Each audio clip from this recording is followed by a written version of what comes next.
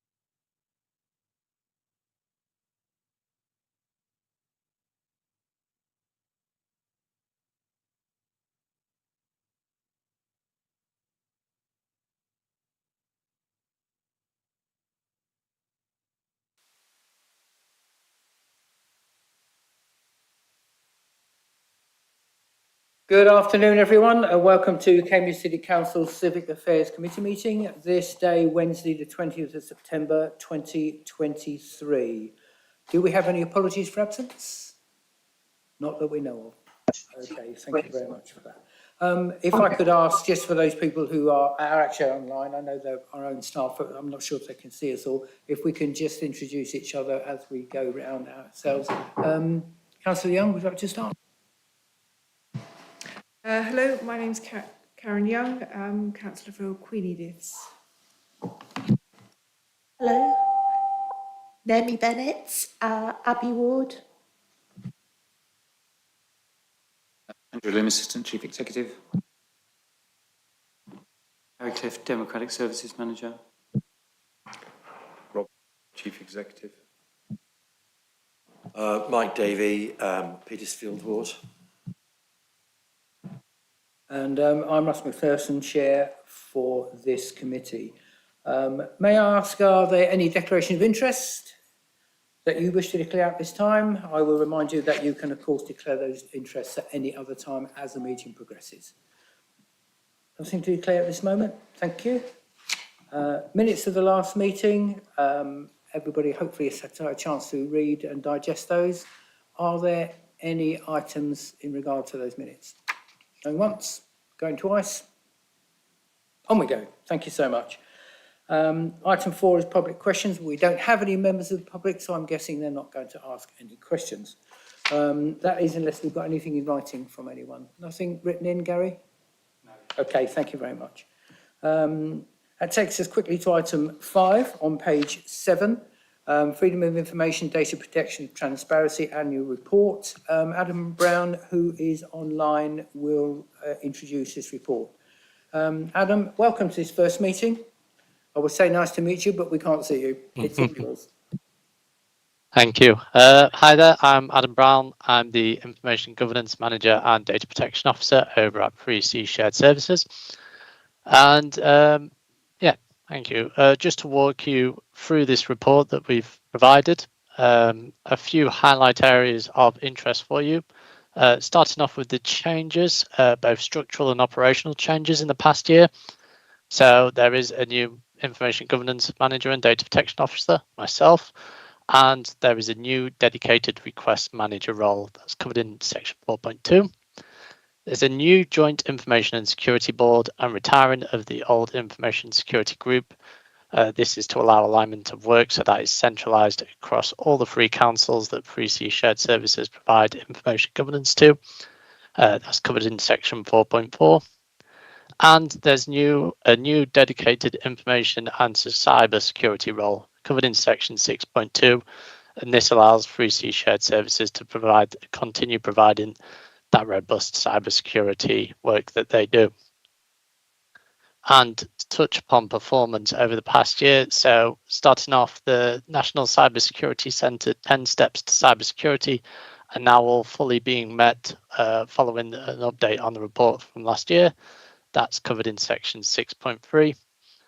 Subject access request reviews and ICO subject access request complaints are at 100% response within the statutory timeline, which is fantastic news.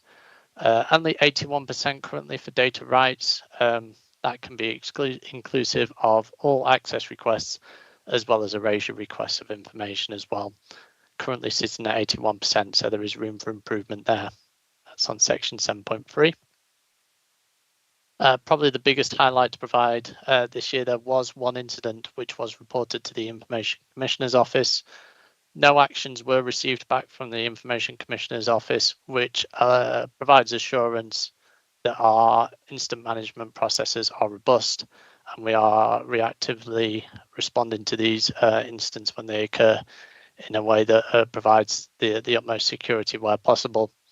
We did enact a 6-month review to ensure that all the lessons and recommendations following this had been adhered to, and that showed that they had been completed. It's covered in section 8.5. Incidents reported relating to data breaches are decreasing across the council, which is positive in section 8.3. Would like to get more information around that in the oncoming reports as well, moving forward.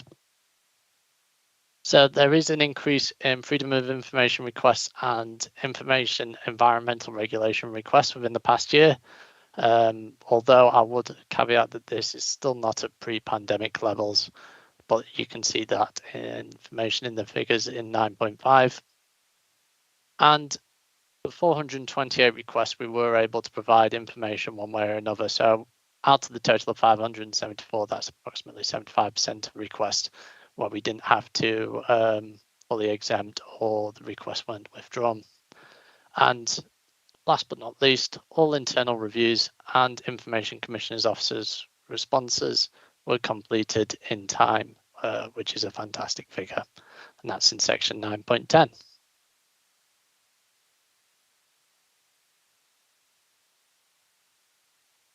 Are we done? Yep, certainly. Sorry. Quick whistle stop tour there. That was fast, Adam. Any questions from members for Adam?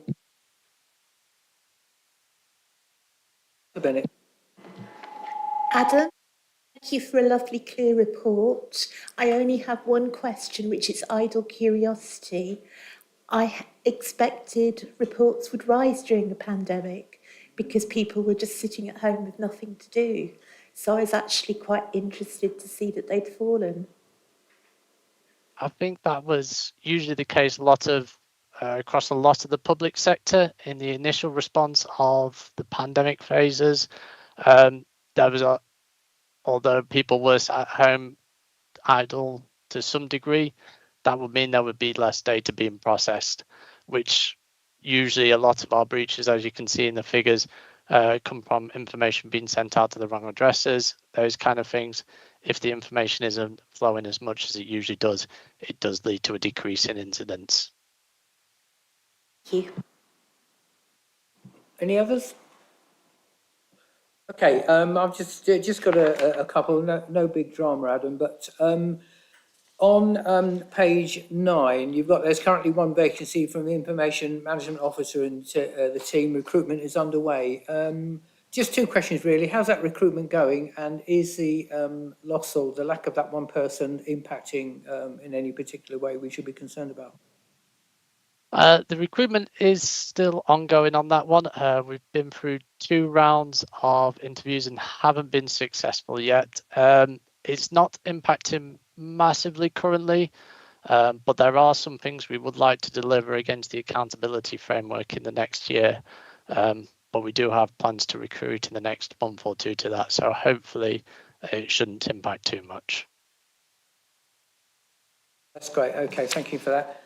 Page 10, just at the top there, on 5.5, second point, guidelines for the corporate use of instant messaging services such as WhatsApp. Are those guidelines pointed just at staff or members as well?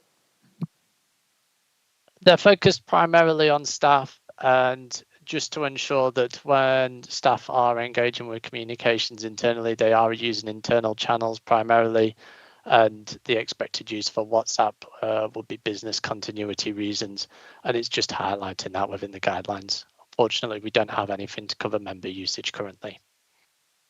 Yeah, that's fine, Adam. It's just a question really, and I'm going to leap to 9.4 now on page 13.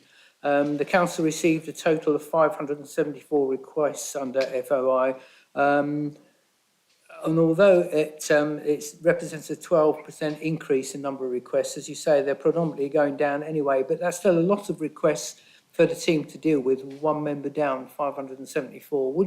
It's a question you may not be able to answer, but would those numbers be higher for this authority than perhaps some other authorities, or are we running in the same sort of level that FOI requests for other authorities would expect to receive? You're running at roughly the same level that other authorities would expect to receive. And to touch on the earlier part of the question, normally we would struggle, but we do have that new dedicated role of request manager, which is allowing a lot more focus, whereas before it was partially responsibility of the information management officers. So they would be splitting workloads between requests and other information governance roles. So we are handling them pretty well currently. Yeah, thanks for that. My point was really that it's still quite a lot of requests. You are one person down and yet still managing to turn around under the guidelines. And I think that's remarkable that you've been able to do that. So that's why I was bringing those points out, rather than just say, well, that was nice. I thought, that amount of requests with a depleted amount of staff, I think you've done exceptionally well and very well done for that. So I think that was just that's what I wasn't trying to catch you out. that was the whole point of bringing those out. That had the amount of work and effort that's put in by the team. Well, thank you very much for that. And our congratulations to that team. I'll pass those along. Thank you very much. Okay, anybody else, anything for Adam? Yes, no? We're all okay? Okay, that's great. Thank you, Adam. Be lovely if you wish to join us. If you want to bring us a cup of tea, we'll be absolutely delighted with that. But please stay if you so wish. Okay, members, that takes us on to item 6 on page 19. And Andrew, were you introducing this one? I've just got Tom. Yeah, I hadn't planned to, but I can do. I anticipated a couple of minutes ago you might look at me. So yes, I'll be brief.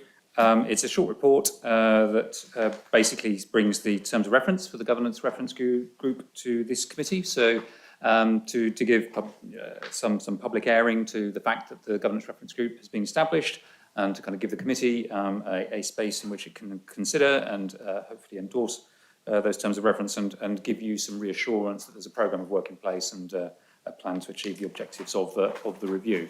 So I think that was the primary purpose. I don't know whether the Chief Executive would like to add to that. So I hope that tallies with what you were expecting. We have included a draft schedule of suggested dates and topics that we might hope to cover over the next few months. It's obviously kind of indicative. It might change depending on how the work of the group goes. But hopefully, again, gives you some sense of how we plan to work through the various items covered in the terms of reference. So I hope it's helpful.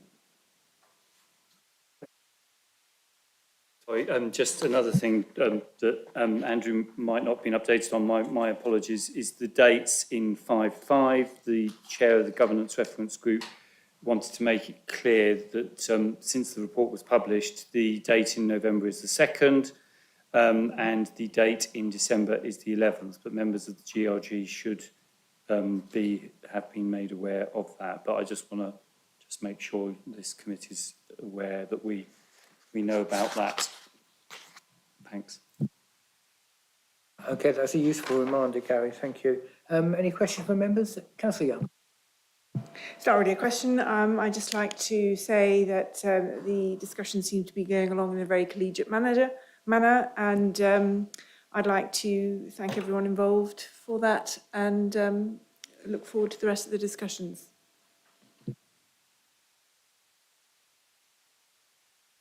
Thank you, Chair. My question is in relation to the elections debates in February and March. I'm not suggesting it should be brought forward, but what would be the implications in terms of timescales if there was a change? I'm not suggesting there should be. I'm just trying to work out the timescales. So presumably, if the proposal came back in February that there should be a change, it would then have to go to Civic Affairs, or would it be full council? And therefore, in terms of May, will it be May 24 or 25? Just so as I understand the timescales, forgive me.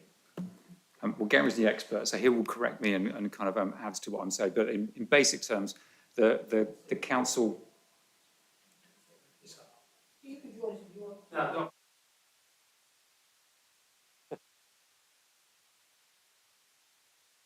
Window to change if councillors are minded to change the electoral system to, for instance, an all-out.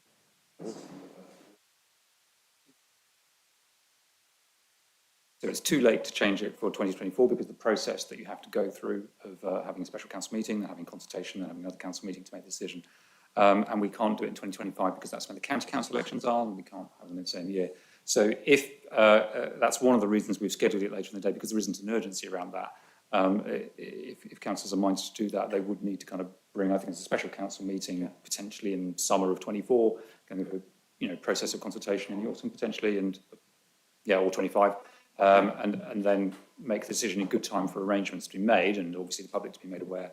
But it would be 26 when the first, if that was the decision. So I think looking at other authorities nearby who've gone through the process, you need to allow your elections team a period of time to get their heads round we're going to all outs, and you would really want to know that by the middle of the autumn of the year before. Because we're by thirds, we have no choice, but we know 2025 is out.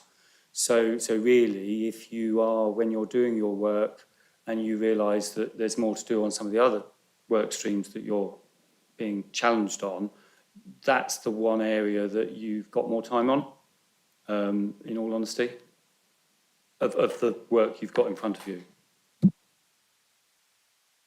That's really helpful, thank you. So that, and therefore a linked one is if we decided to change the constitution, is there a particular meetings that has to go through? It could go to any council meeting. Yeah, that could go to any council meeting. I mean, in terms of neatness, the annual meeting is always a good place to start because you've had a clean slate, you've had an election, you may have changed your personnel, you are putting new people on your committees, and basically the good way of working is everyone knows where they stand at the start of the annual meeting. And that runs its course, subject to, obviously, group leaders have options to change membership and things like that. But basically, everyone knows where they stand at the start of the municipal year. So it is better that everyone knows what the new system of working is and it runs its course. And then, of course, you review it after about 12 months to see what's working, what's not working, and then you can change that at the next annual meeting. But there's no statutory requirement to do it at that time of year. It's just, you know, what's worked in the past. It has a sort of logic to it. Sorry. Therefore, running the timescale back, if the aim is would be the end of May, presumably when would any proposals need to be discussed that it could go to that annual meeting? Presumably, just working through, presumably sometime in March. So you've got time to have special meetings. I mean, it depends. Do come in if I'm saying. So it's just a question of what would be the best way is the members have got to a point where they're comfortable with the proposal so that when you get to your annual meeting, you're basically rubber stamping what you have agreed as a package. So you have a sort of like a dress rehearsal with a Civic Affairs Committee in the sort of March period, so that you then enter the pre-election period where there's a sort of a pause in normal proceedings, and then you have your Civic Affairs Committee after the election, you tie up any loose ends, and then you adopt your new ways of working at the annual meeting formally.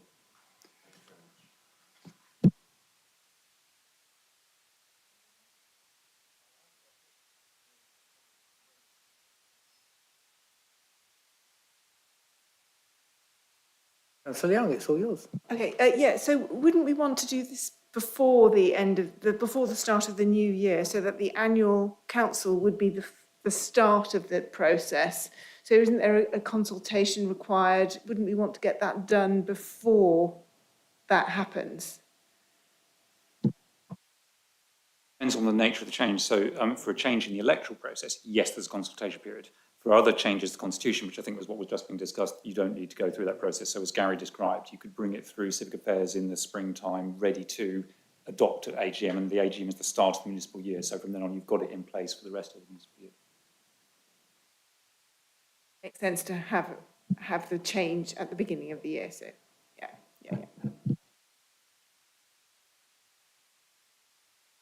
Any more, Patrick? Nothing from you? Okay. Yeah, I've only just got a couple of small points here. This is obviously a longer ongoing process, and you've already one of my points you've already taken up about on 5.3. So we just discussed that. So I'll go straight to 5.5. The list of meetings. Strangely, you should speak about the 2nd of November, because I know I've spoken to one or two people. I had an idea, and I've run it past the chair. I've run it past Martin Smart, and that is that This is a lot to do. This is a big piece of work. And I think we're going to be struggling with 2-hour meetings every month or whatever. So I'm thinking what I'd quite like to do, I've not come down to the nuts and bolts with Martin yet, but I thought, just looking at this, the 2nd of November, we've got a guest speaker on the pros and cons of cabinet versus committee versus hybrid. I thought that meeting might be worth starting a couple of hours earlier, say at 2:30 rather than 4:30. Got to ask the members, got to get the chair's agreement. It's just an idea because that's quite a big subject. And I've been around this council an awful lot of years, but I haven't been on any other council. So this is the only system I know, if you see what I mean. So I've had no practical, so I'd like to understand a lot more about that. And maybe I thought, and then perhaps following that on the 8th of January, a similar sort of time. I know, I mean, you guys that know me know that I always like to get a meeting finished before I've actually arrived. So this is unprecedented for me. But I just can't get in my head how we're going to make all this work in such a short amount of time. So I'd like to just see if the chair's amenable and other members are amenable to perhaps every other meeting or something like that, to be agreed that we have more time to get into the bones of it. I don't know how you feel about that. So I think from an officer point of view, we've had a brief discussion about this, and I think we recognise there'd be some value in having an extended session, whether it's that November the 2nd one or whether we try and see if diaries would permit another one. I think part of the process we were thinking about was it is a huge subject, as you say, and members will want time to kind of reflect.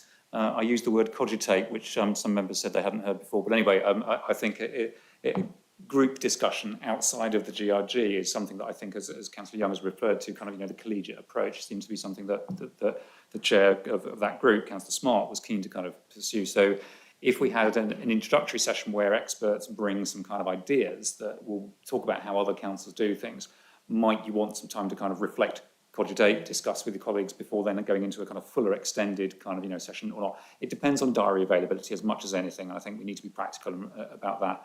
But that was just a thought about to incorporate your suggestion of a kind of, whether it's a half a day or whatever, but also to kind of allow for that process of receive some information, reflect, digest, come prepared to then discuss, rather than trying to do it all in one go, where you were absorbing it and having to kind of process it and think about it straight away. But anyway, we'll see what works with diaries, and we'll talk to Councillor Smart.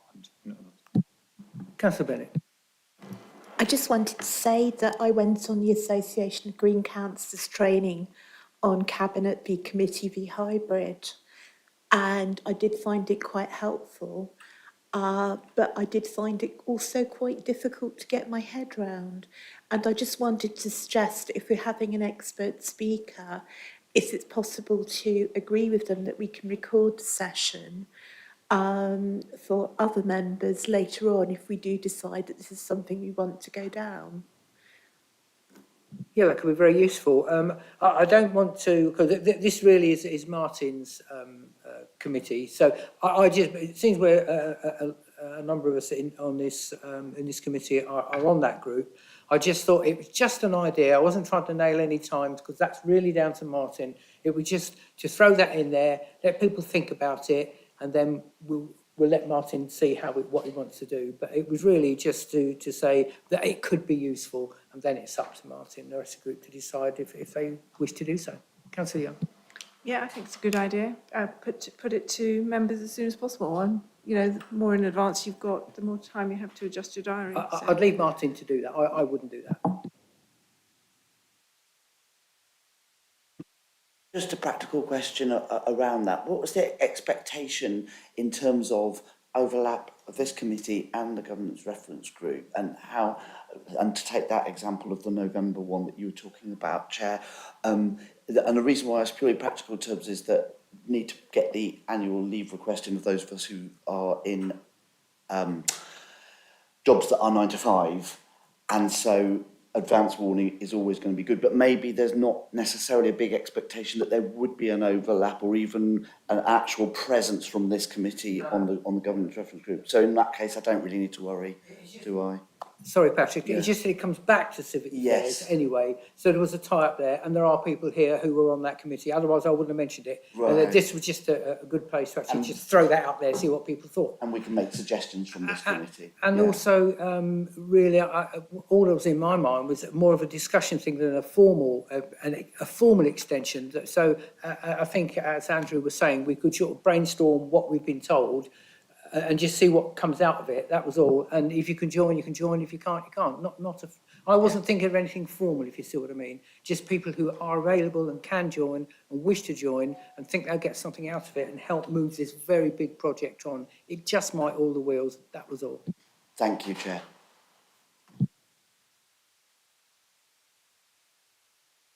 Okay, everybody happy we're all done on that? Okay, that just leaves us with the calendar of meetings at the back on page 69.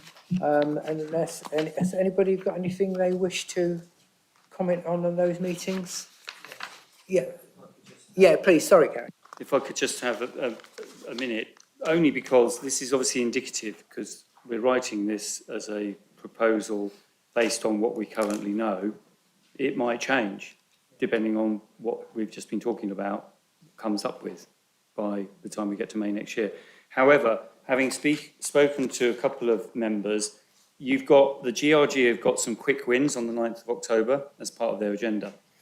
One of those quick wins we may well be putting to you is for the budget meeting in 2024. The last two council budget meetings have been split into two. One meeting with the budget debate being in part one, and then the following Thursday, all the rest of the agenda. And that was because at the time, members thought they wanted a separate debate on the budget.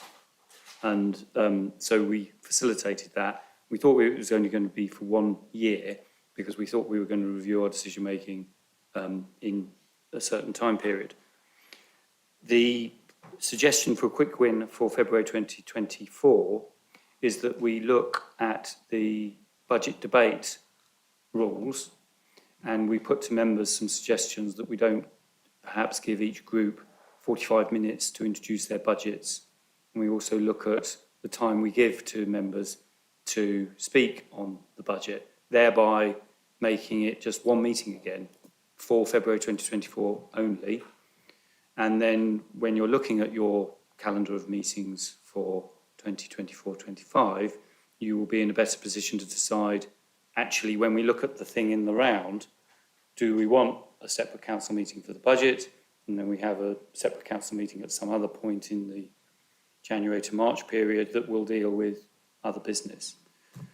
So that's a bit convoluted, but I hope you get the gist of what we're proposing. But the people on GRG will get those and debate those on the 9th of October. So it's not a decision now, it's just flagging up for you that that's one thing. And the other thing about spring 2024 is South Cams may be making decisions on the 4-day week at that point, and we might have to align or might have to have special meetings of statutory and resources scrutiny and whatever else we may have in relation to cabinet decisions at South Cams on the 4-day week. And I think they might have to extend the refuse trial, so you might have to have a special meeting in February 2024 of SNR, as you have done in previous iterations of this project. Is that okay? Sorry about that. Yeah, that was very useful, Gary. Thank you. Any questions for Gary? Okay, in that case then, members, that concludes the business of today's meeting and I declare it closed. Thank you so much.